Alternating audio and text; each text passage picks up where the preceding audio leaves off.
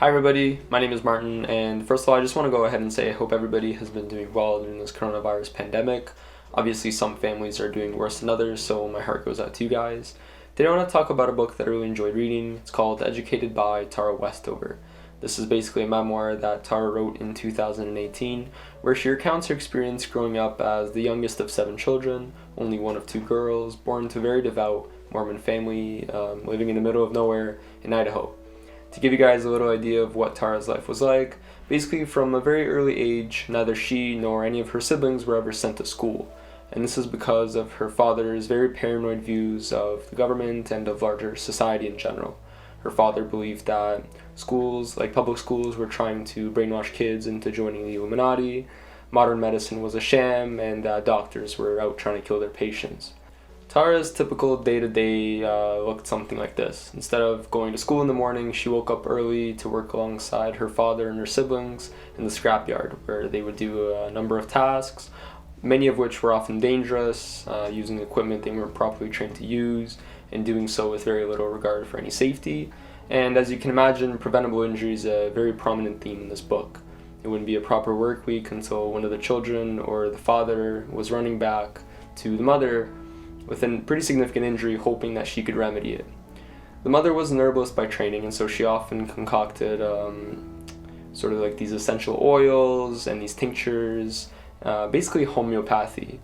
And obviously she took care of the kids as well. You know, raising 7 kids is much more than a full-time job. But she didn't have a career of her own.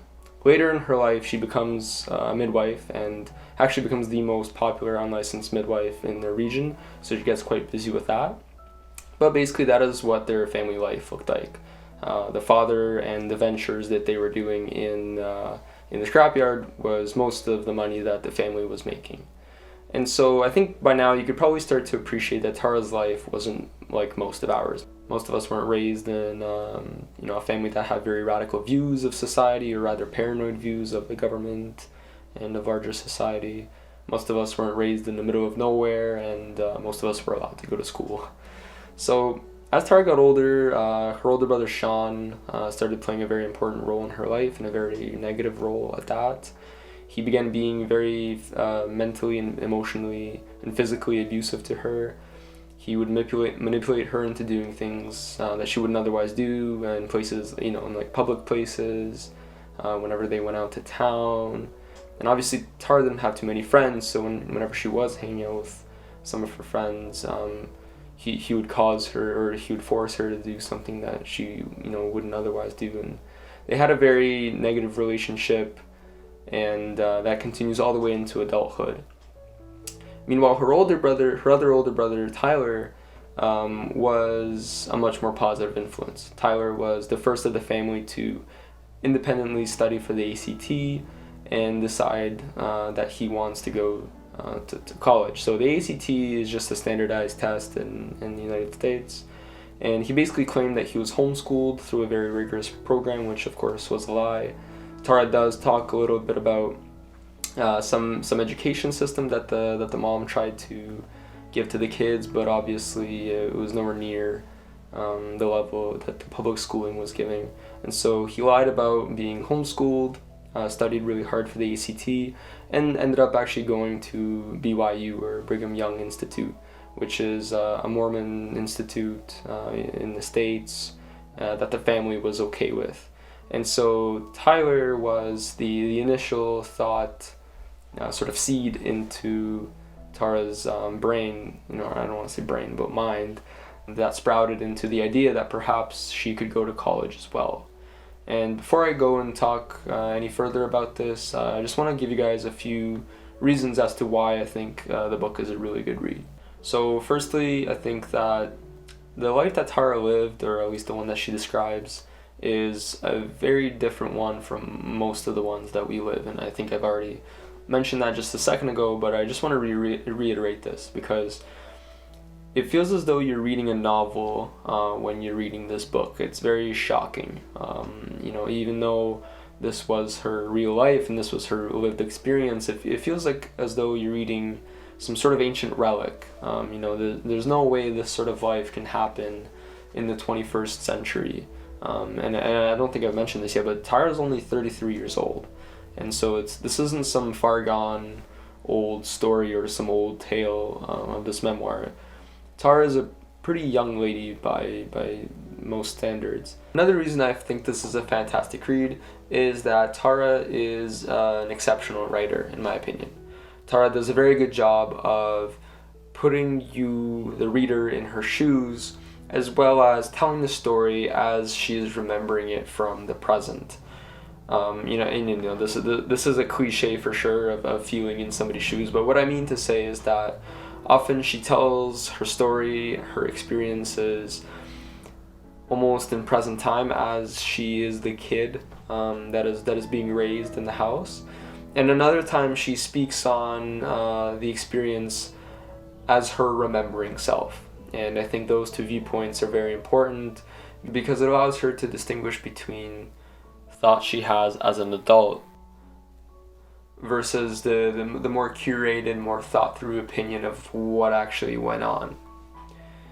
And finally, I think that the book covers some very interesting themes that most books don't often cover. So these are the themes of the importance of education. I think this is a very pronounced idea in our society. You have to be educated to do well, to be a well-rounded person.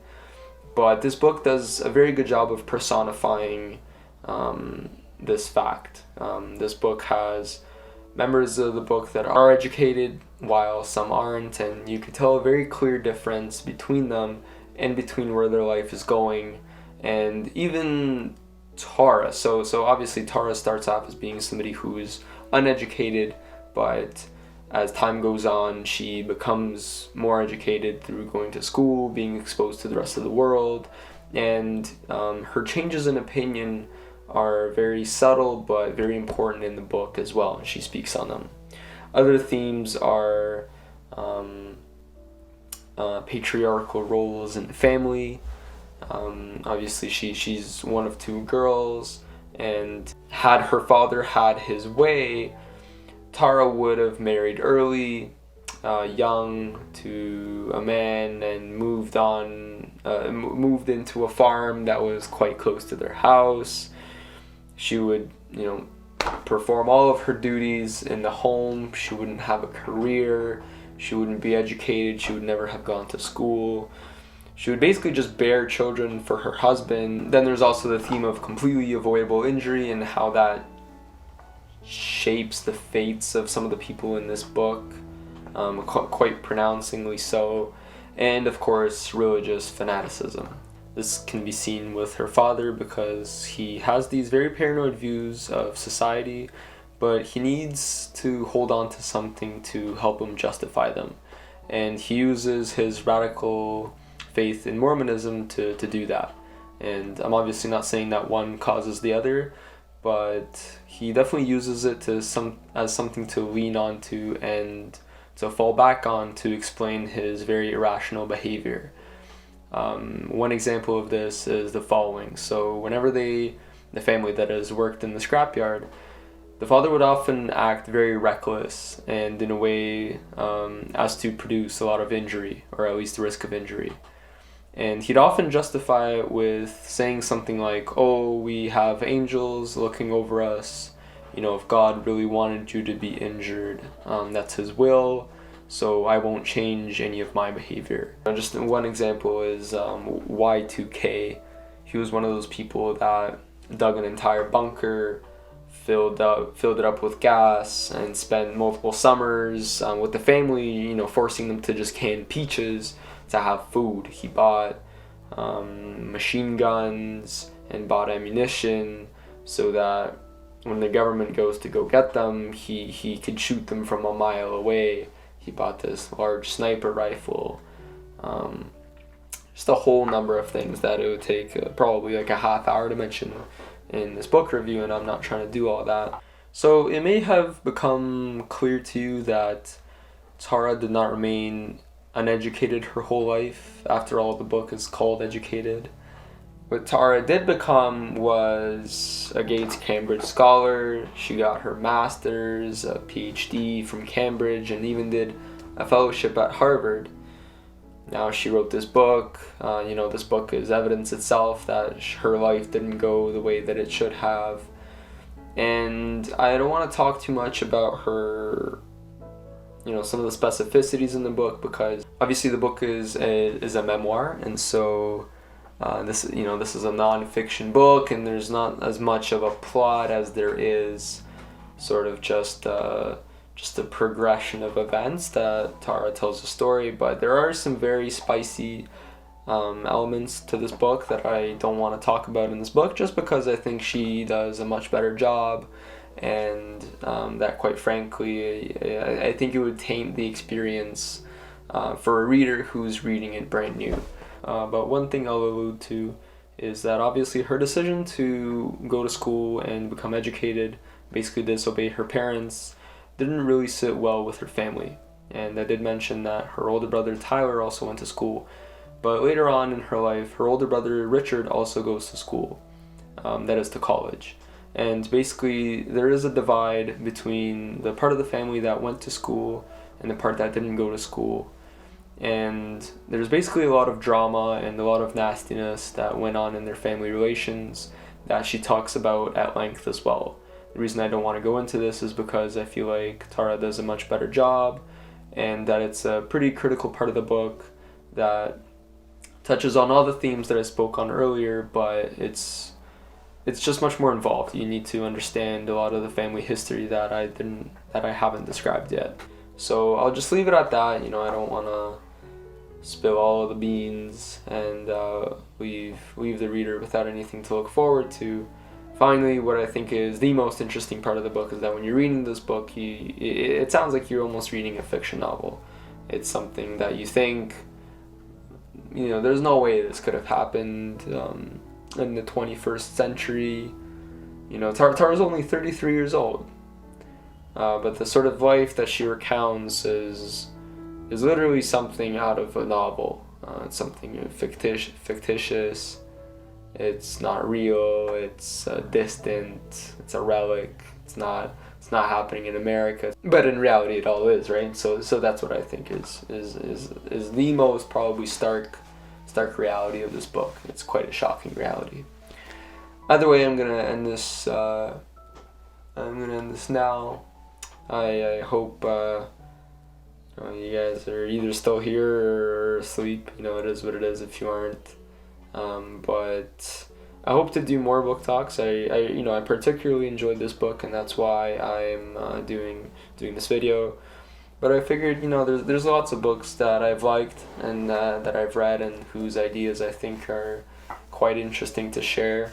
I like this book in particular because it's not one of those books that I typically read. I usually stick to nonfiction, often books with a technical purpose. Like if I want to learn about a topic, I'll read a book on it, or if a book tackles some sort of question and or some sort of topic, like I'll read it, and it's almost exclusively nonfiction. But this book was a nice surprise because it was a memoir. Unfortunately for Tara, I guess, to some extent, unfortunately, her life was a novel, pretty wild life, in my opinion. But it was a very fun read. Again, the themes I talked about, I think are important, and so because of that, I just want to suggest it to folks. And reading a book is no small commitment, obviously, especially if you're not really in the habit of reading books. And so I hope this video gives you guys a little outline of what the book is about, what my thoughts on it are, in case you've heard about it, or even if you haven't heard about it and you happen to stumble upon this video randomly. So until later, this has been fun. Take it easy.